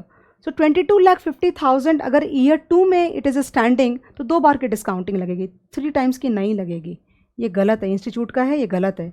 It has to be divide by 1.16 and again divide by 1.16. 2 बार की डिस्काउंटिंग लगेगी, 3 टाइम्स की नहीं लगेगी. It's not possible only. Okay, तो ये आता है 16,723 कैसे लगेगा ना, 3 कैसे पॉसिबल है जब तुम व्हेन यू डू d1/k तो p0 आता है. ओके, सो जब तुम 1 को डिस्काउंट करते हो तो तुम 0 में आते हो. ओके, तो तुम थर्ड से लेके ज़िंदगी भर डिस्काउंट करोगे तो सेकंड में आओगे ना, उसी साल में थोड़ी रह जाओगे. ये लॉजिक है इसका. ये रेस्ट टू द पावर 3 नहीं हो सकता, it has to be raised to the power 2. Okay, अगर तुम चाहो तो क्रॉस चेक कर सकते हो. एक मेथड ये है ना, सेम सम अगला वाला है. ओके, बिल्कुल उसी जो मेथड उन्होंने वहाँ पे यूज़ किया है ना वही वाला मेथड तुम यूज़ करके देखना. I don't know how to explain you. मैं क्या बोलना चाह रही हूँ पता है, चलो लिख लो तुम कहीं पे. लेकिन सम का क्या करूँगी मैं, वेट करो, वेट अ मिनट. देखो question number 9 no. So this is -8 lakh divide by 1.16 then plus -8 lakh then 1.16 and then plus 3,60,000 divided by 0.16. Okay, into 1/1.16 raised the power 2. ये तुम्हारी इक्वेशन है एनपीवी की. कैसे निकालोगे? So 8 lakh divide by 1.16 okay equal to ये आता है 689,655. मैं राउंडिंग ऑफ को इग्नोर कर, चलो ले ही लेती हूँ, तुम भी क्या याद रखोगे, प्लस. ओके, देन तो वापस से -594530.32. ओके, ये माइनस है. Okay, plus 3,60,000 divide by 0.16 divide by 1.16 divide by 1.16 अगर मैं करती हूँ तो आता है 16,72,116.53. करेक्ट है. -68,9655.17 -594530.32. okay, and plus 1672,116.53 अगर मैं करती हूँ then I get 387931.04. this is the NPV actually. okay, and NPV belongs directly or adds up directly to the wealth of the shareholders actually.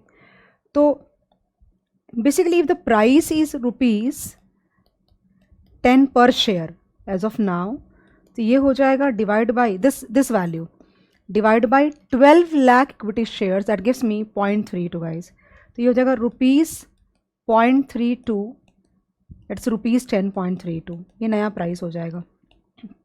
This is a new price basically. Okay, now what I'm saying is that there is another method which is used in the next question actually. So alternatively, how can you do the sum? मैं ये पढ़ा दूंगी तो मुझे अगला सम समझाना ही नहीं पड़ेगा तुम्हें. तो बेसिकली इस सम के अंदर में अगर तुम देखोगे ना तो कितना है इनका dividend as of now is of 19,20,000, right. So total dividend as of now is rupees 19,20,000, ठीक है ना. and they want to invest 8 lakhs for 2 years. So post investment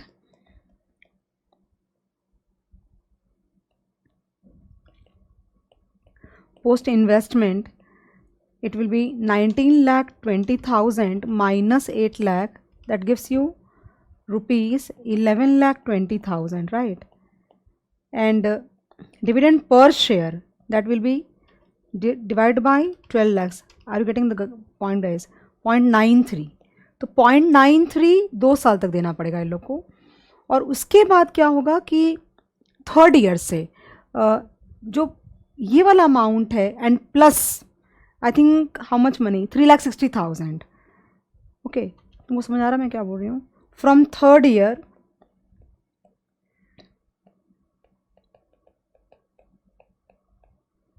dividend would be 19,20,000 plus 3,60,000 divided by 12 lakhs. That gives me rupees 1.9. Are you getting the point?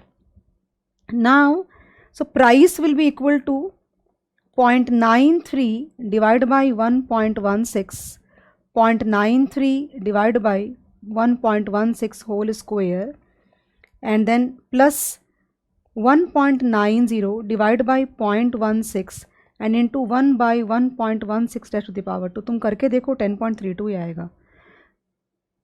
10.32 ही आएगा, कुछ और नहीं आ सकता. So basically what I want to say is that all the people who are asking doubt on these two questions, that ma'am DEF Limited and Rahim Limited Enterprises का sum जो है both are same. Why are the methods same? Doesn't matter at all. You can follow either one of the methods and you still will get the same answer. But if you do correct, जैसे उन्होंने discounting third year की करी, अगर वो करोगे तो answer सही नहीं आएगा तुमको. So 0.93 divided by 1.16 equal to m plus 0.93 divided by 1.16 equal to m plus 1.9 divided by 0.16 and again divided by 1.16 and again divided by 1.16 equal to m plus MRC. देखो वापस से आंसर आया 10.32. So basically in the DEF Limited sum they have done by the first method, in the Rahim Enterprises Limited sum they have done by the second method. अब वो मुझे पढ़ाने की ज़रूरत भी नहीं है. So basically this is not a correct answer. This is not a correct answer. Okay, same guys, ये देख लेना तुम सम. अब कोई भी फ़र्क नहीं आने वाला है. सेम एग्जैक्टली सेम सम है, कोई फ़र्क नहीं आने वाला है. अगर डाउट होगा तो पूछो, मुझे नहीं लगता अब दिक्कत आएगी तुमको. बिल्कुल सेम सम है, लेकिन क्योंकि बच्चे डाउट पूछते थे ना हमेशा, इसलिए मैंने दोनों लिया. वापस सेम चीज़ को तुमको एक्सप्लेन करूँ, कोई पॉइंट नहीं है, मज़ा भी नहीं आएगा पढ़ने में. ओके, ये सम में भी पता नहीं, I think that most of the students like maybe the sum looks very lengthy and बच्चों को मन नहीं करता कि इतना लंबा सम कौन पढ़े. But it's a very important sum again guys. And this is like rights issue का इसके अंदर में एडजस्टमेंट है. But I think there is a difference in what the rights issue sum that you have done otherwise. जो तुम करते हो ना, एक्स राइट्स प्राइस निकालो एंड वैल्यू ऑफ राइट निकालो and all that. So that is one set of variety. लेकिन एक ये वाला सम और एक बी लाइन करके सम है. Okay, these two sums are very similar to each other. तो मैं तुमको बताऊँगी एग्जैक्टली क्या डिफरेंस है. सो बहुत कुछ है सम के अंदर में. It's a really nice sum actually. Telbel Limited is considering undertaking a major expansion and immediate cash outlay of rupees 150 crore. Okay, that's the project cost. The board of directors of the company are expecting to generate an additional profit of 15.30 crore after a period of 1 year. Okay, that means zero में तुम 150 we will invest and from year 1 you will generate 15.3 with a growth of 4% for indefinite period. That means constant growth model. Presently, Telbel Limited is completely equity financed and has 50 crore shares of rupees 10 each. Okay, The current market price of each share is 22.6 cum dividend. Okay. The company has paid a dividend of 1.40 per share in the last year. That means 22.6 minus 1.4 will give you the X dividend price. For the last few years, dividend is increasing at a compound rate of 6% per annum and is expected to be continued in future also. This growth rate shall not be affected by expansion project in any way. Okay. The board of directors are considering following ways of financing the possible expansion. काफ़ी कुछ है सम के अंदर, but अगर 1 by 1 adjustment देखोगे ना तो समझेगा, अगर एक साथ सब कुछ पढ़ने की कोशिश करोगे तो नहीं समझेगा। यानी कि ये जो 150 करोड़ रेस करने हैं ना, इसके 2 वेज होंगे। एक क्या होगा कि राइट्स इशू, मतलब अपने जो एग्जिस्टिंग शेयर होल्डर्स हैं उनको बोलेंगे भाई आप for every 5 shares you can buy 1 share at a price of ₹15। आ रही बात समझ में? तो कितने शेयर्स पता है मुझे? कहीं पे 50 करोड़ शेयर्स नज़र आए थे। तो बेसिकली हमें कितने पैसे चाहिए? 150 करोड़ चाहिए, राइट? तो 50 करोड़ 1:5 का मतलब हुआ कि अगर 50 करोड़ शेयर्स ऑलरेडी हैं तो against 50 crore existing shares you can raise 10 crore of right shares. Agree? And 10 crore shares into 15 will give you what? 150। हो गया काम? करेक्ट है। दूसरा तरीका ये है कि हम राइट्स इशू ना करें, हम बाहर से पब्लिक से पैसा लें। Okay. In both the cases the dividend shall become payable after 1 year only. That means D1 दिया हुआ है 1.4। You as a financial consultant require to determine whether it is worthwhile to undertake the project और not. उसके लिए अपने को NPV निकालना पड़ेगा। Without NPV we can not calculate this thing.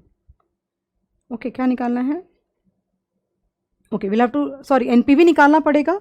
And NPV निकालने के लिए गाइस मुझे लगता है हम लोग को KE निकालना पड़ेगा। That's what I think. Okay, so आगे बढ़ते हूँ, पहले सम को देखते हैं। What is that? चलो आगे। So the next question is calculate ex dividend market price of the share if the complete expansion is financed from the rights issue. Okay, समझेगा guys, don't worry. Calculate the number of new equity shares to be issued and what price, assuming that new shareholders do not suffer any loss after subscribing the new shares, and calculate the total benefit from expansion to existing shareholders। कुछ भी नहीं समझा होगा तुमको, मुझे पता है। 4 question है, तुम्हें सुनो ध्यान से। 4 क्वेश्चन है। पहला क्वेश्चन ये है कि भले तुम पैसा पब्लिक से लाओ या तुम राइट से लाओ, अल्टीमेटली पहला सवाल ये है कि हमको ये प्रोजेक्ट करना चाहिए कि नहीं करना चाहिए। That means we have to calculate the NPV। और उन्होंने कैश फ्लोज वगैरह सब दे रखा है। देखो ना यहाँ पे 15.3 करोड़ 4% से ग्रो करेगा, 150 करोड़ का इन्वेस्टमेंट है। And KE if we calculate we can compute the NPV। और KE कैसे निकालोगे? KE अपन निकाल सकते हैं ना। We have like where is that 1.40 का अपने को डिविडेंड दिया हुआ है। देन 22.60 माइनस 1.4 करूँगी तो मुझे मिल जाएगा एक्स डिविडेंड प्राइस जो नॉर्मल होना चाहिए। तो D1 by P0 plus G, D1 by P0 plus G करेंगे तो KE आएगा ना। चलो, शायद बोलूँगी तुमको नहीं समझेगा। Look at that again. For computing NPV I have the outflow 150 crore, I have the inflows, I have the growth rate, I don't have the KE। So basically कैसे PV निकालोगे? NPV कैसे निकालोगे? NPV के लिए आउटफ्लो चाहिए और PV of cash flows चाहिए, right? तो PV ऑफ कैश फ्लोज के लिए उन्होंने बोला है दैट देयर इज सम, कितना है वो कैश फ्लोज? देखो ना यहाँ पे 15.3 crore that will grow at the rate of 4% per annum. That means constant growth model से हम उसकी PV निकाल सकते हैं। First of all KE, look at that. तो यहाँ पे D1, okay, so basically if you are putting this 6% here, that means you have to treat it like, what is the language? The company has paid a dividend of 1.40. Okay, remember. So that is why they have adjusted 1.4 again. Sorry, the growth rate again, sorry.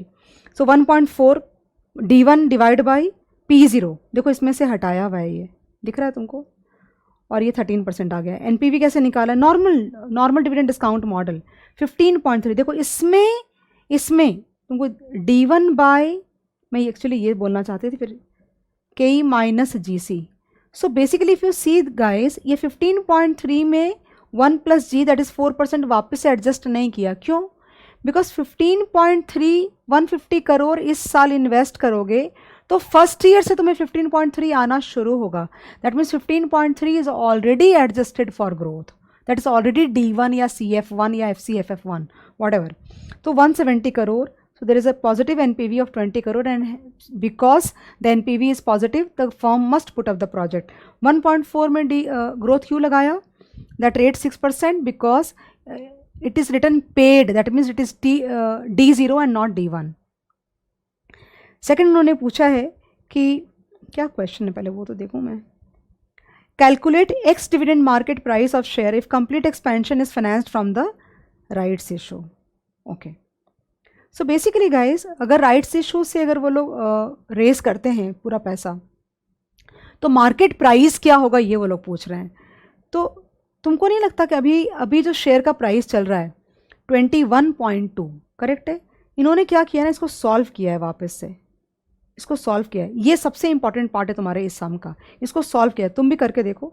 1.4, don't multiply 50, 1.4 plus 6% divide by 0.07, the difference. Okay, I get 21.2. What is this? This is share price is already given in the sum, right? तो दिस into कितने शेयर्स हैं? 50 crore. Okay, 1060. Okay, this is the total value before the project. Okay, M plus कर दो. अभी project का जो पीवी है वो 170 करोड़ है. पीवी, एनपीवी नहीं, PV. Okay, plus 170. Okay, divide by 60 crore अगर मैं करती हूँ ना, तो 20.5 का प्राइस आता है. वो तो मैं कैसे भी लेके आ जाऊँगी, लेकिन तुम्हारे लिए समझना बहुत सारी चीज़ें बहुत ज़रूरी है. अब तुमने जो सम्स पहले किए थे, तुमने जितने भी सम्स किए थे, याद करना मैं क्या बोल रही हूँ. जो भी सम तुमने किया उसमें do you understand one thing, that तुम क्या निकाल रहे हो? मार्केट वैल्यू ऑफ इक्विटी निकाल रहे हो, right? So basically 15 rupees into 10 crore worth of shares. Okay, तुम्हारे वैल्यू बुक वैल्यू हो गई, करेक्ट है? Are you getting the point? So basically can I say that 21.2 into 50 crore is the market value of equity existing already. Okay, and 170 crore would be the additional value added to this 1060. कैसे? क्योंकि 150 करोड़ तुम्हारे add हो जाएगा. Okay, और सिर्फ 150 add नहीं होगा, 150 के जितना तो ये लोग पैसा देंगे. 15 रुपये के हिसाब से 15 रुपीज़ के हिसाब से 10 करोड़ शेयर का 150 crore worth of equity add होगी उसके अंदर में, और प्लस 20 करोड़ का एनपीवी ऐड होगा. तो वैल्यू ऑफ इक्विटी कितनी हो गई? 21.2 into 50 equal to M plus, and उसके बाद प्लस 150 का इन्वेस्टमेंट के थ्रू ऐड हुआ इक्विटी में, और 20 एनपीवी. तो सब मिला के कितना हो गया? 1230 crore divide by the new number of shares, 50 old and 10 is your like the rights issue से जो ऐड हुआ तुम्हारा, तो 20.5 आ गया. उसके बाद उन्होंने एक सम बोला है कि अगर हम पब्लिक इशू करते हैं तो हमें कितने नंबर ऑफ शेयर्स रेस करने चाहिए, सो दैट कि जो लोग इन्वेस्ट कर रहे हैं वो लोग इंडिफरेंट हो जाएं. इंडिफरेंट कब होता है इंसान? जब उसका आउटफ्लो इनफ्लो दोनों बराबर हो जाएगा. इसलिए इन्होंने क्या किया, देखो, n divide by 50 by n into 1230 crore. What is this 1230 crore? It is the total value of equity. So when you multiply n by 50 plus n, basically this is the share holding of the people जो नए ज्वाइन होने वाले हैं against that project. Are getting the point? फिर से सुनो, 50 crore shares किसके हैं? पुराने वालों के हैं. तो ये लोग सब में क्या बोल रहे हैं कि नए वालों के लिए हमें कितने शेयर्स रेस करने चाहिए, सो दैट कि वो लोग इस इन्वेस्टमेंट में इनडिफरेंट हो जाएं. तो इन्वेस्टमेंट में इनडिफरेंट इंसान तब होता है जब उसका इनफ्लो आउटफ्लो सेम हो जाएगा. तो n divide by 50 crore plus n will give you the share holding of the people who are going to invest for the project multiplied with the value of equity, the total value of the equity. It should be equal to 150 crore which is their investment. तो number of shares निकल के आया कितना? इतना. और 150 करोड़ को जब तुम इससे डिवाइड करोगे तो आता है 21.6. I think it is very very understandable now. उसके बाद पूछा कि benefit from the expansion. So share holders rights issue में share holders current wealth was, मुझे ये वाला मेथड ज़्यादा पसंद आया. 21.2 into 50 crore is the current wealth 1060. After the expansion 60 crore shares की वैल्यू है 20.50. ओके, लेकिन तुमको याद होगा कि हम लोग माइनस भी करते हैं. Cash paid to that is -150. तो 20 करोड़ का फ़ायदा। वंस टोटल में कितने का गेन हो रहा है, 170 माइनस 150 करोड़, 20 करोड़ का फ़ायदा हो रहा है टोटल में। ओके, नाउ अगर तुम न्यू रेस करते हो तो वापस कैसे कंपेयर करोगे, 21.2 into 50 crore and value of the existing 50 crore share 21.610, it वापस से 20 करोड़ आ गया। आई थिंक गाइज तुमको समझ में आ गया, इतना कोई मुश्किल नहीं है। 21.6 is a new price guys, देखो यहाँ पे आया ना, ये जो निकालना था ना, ये हमें निकालना था एग्जिस्टिंग वालों के लिए। ये मत भूलना कि यहाँ पे 50 करोड़ शेयर लिया और यहाँ पे 60 करोड़ शेयर लिया, समझ में आ रही है बात। यहाँ पे 60 करोड़ शेयर लिया, बट यहाँ पे फिर 10 करोड़ का इन्वेस्टमेंट को हटाया भी है, माइनस भी किया है, मत भूलना। यहाँ पे 50 ही लिया और 50 ही लिया है, राइट, बिकॉज हमें ये देखना है कि पुराने वालों को गेन क्या हुआ है। With this guys I think our lecture gets over for today, and I'm sure all of you are like very comfortable with kind of with whatever we did today, but तुम्हारे बिना revise करे बगैर हम कुछ भी नहीं कर पाएंगे। इसलिए बहुत इंपॉर्टेंट होगा कि तुम रिवाइज करो और लिख के प्रैक्टिस करो, वरना दिक्कत हो जाएगी बहुत ज़्यादा। Thank you so much.